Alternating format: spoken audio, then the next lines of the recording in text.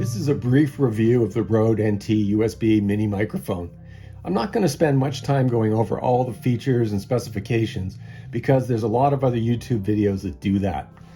I'm going to focus on why this mic is so great and why I'm so impressed with it. I have a mobile music rig that I carry around in a backpack, and I needed a microphone for recording select acoustic sounds. I wasn't planning to use this mic for recording vocals, but now that I've owned it for a while, I think it's fully capable. It just sounds great.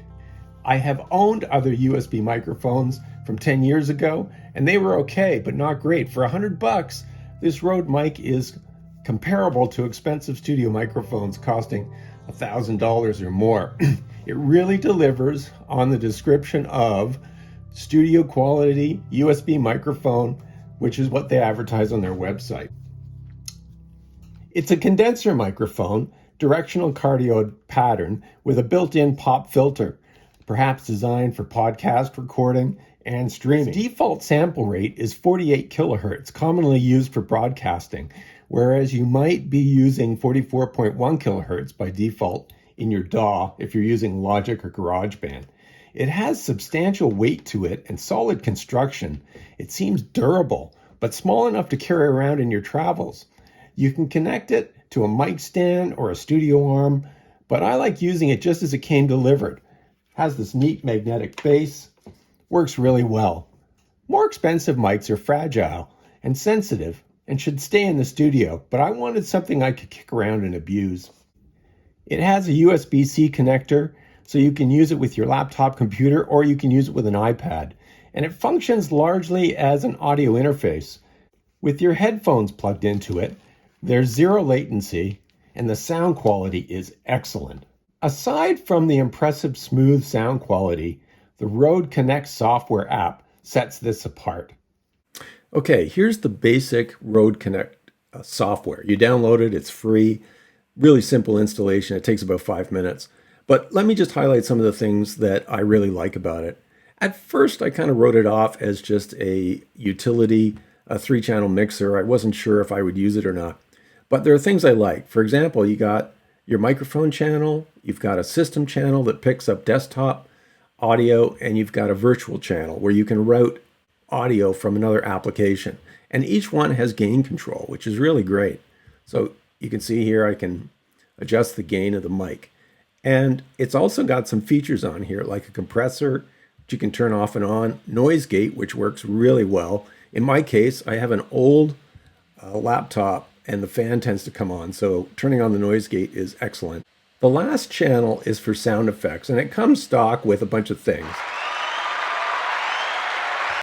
And these are,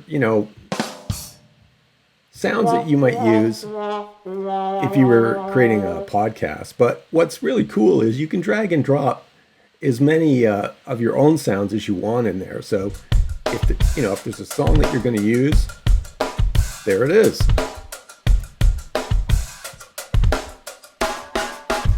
Eight banks of 8, so you can have 64 sound effects or samples or music files that you want to use in your recording. If you click on Preferences,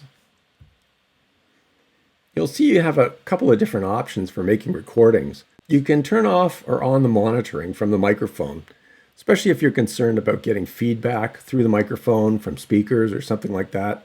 I like leaving the output set to no output selected.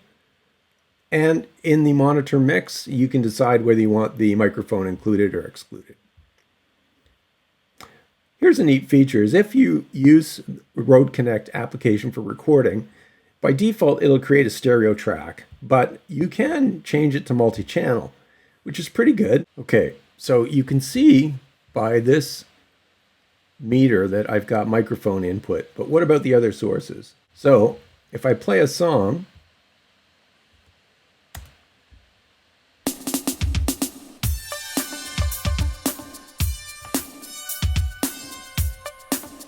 you now see on channel 2, I've got my microphone plus that other audio. Furthermore, if I open Logic,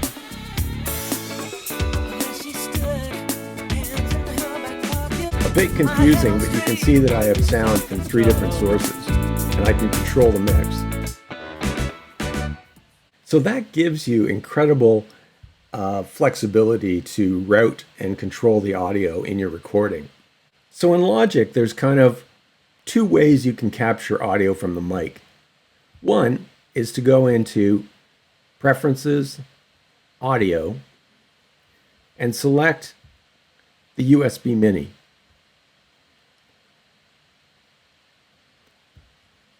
When you do that, your output and input devices are just using the mic without going through the Connect software. You're just using the mic directly with Logic, and that's a great way to record a podcast or vocals using the Rode Connect software and the mic with Logic. And there's a couple different ways I mentioned earlier that you can set up Logic. If you go into Logic, Preferences, Audio, you'll see right now I've got the output device going to the Rode Connect system, which is the app that you see running down on the right. And it's also my input device. So what would happen if I record a track in Logic is, let me just turn this on record, and you can see that it's going to collect all the sound sources that are coming through the Rode Connect app. You know, if you use the applause button or any of the effects that are built into that software, they're going to show up in your Logic recording. The other option, and there are several options, if you go into Preferences, Audio, you can change this to the Rode NT USB Mini directly.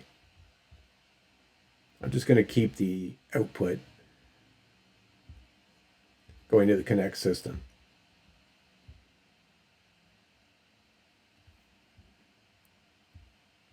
The way this would work is a little different. So on the second channel I've called this audio from the Rode NT USB Mini directly.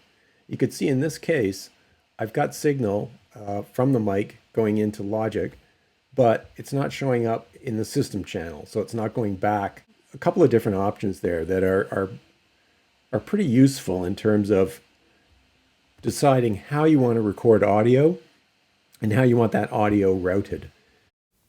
The Rode Connect software comes with an audio device called Stream, which makes for a good input if you're using QuickTime. What you have to do is start a QuickTime capture and make sure you're flagging the Rode Connect Stream.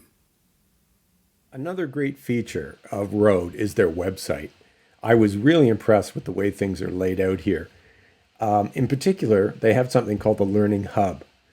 And in the Learning Hub, they tackle some of the issues that you might run into. They cover quite a few different use cases, particularly making videos and streaming. And if you click on Learn More, I was really impressed with just the layout. I took the time to read some of this stuff, and it was really helpful, in particular on setting up your microphone and routing game audio to Rode Connect. And go through a use case here where you're accepting input from the microphone, from a game controller, and a communications app. I found it really quite useful. If you've wrestled with these issues of routing audio between apps for the purposes of capturing a video, you may have downloaded something called Black Hole, which is an audio device that you can install and use for routing purposes. And it's pretty good. I have it as well, and I use it for specific purposes. But what I found was the Rode Connect software essentially supplanted this. I really don't need it if I've got the Rode Connect software.